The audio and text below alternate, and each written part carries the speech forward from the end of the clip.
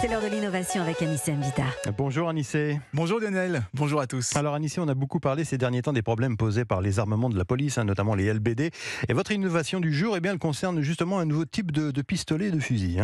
Oui, mais c'est vrai que je préfère en général les innovations positives. En plus, les armes, vraiment, c'est pas mon truc.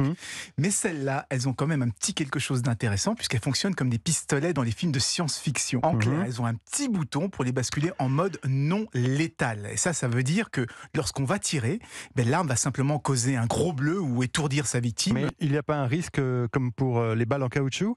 Alors si, bien sûr, c'est une arme, donc c'est dangereux. La différence, c'est vraiment cette capacité à régler sa puissance, et ce qui est impossible à faire avec un flashball ou avec un LBD.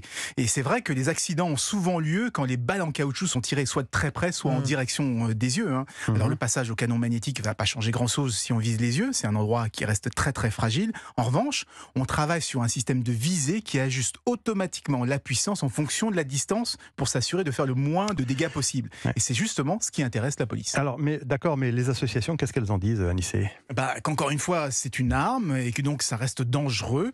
On n'a pas encore inventé le laser paralysant comme dans Star Wars. Évidemment, Et quand bien même on l'inventerait, on peut quand même se faire très mal, rien qu'en tombant. L'innocuité n'existe pas quand on parle d'armes.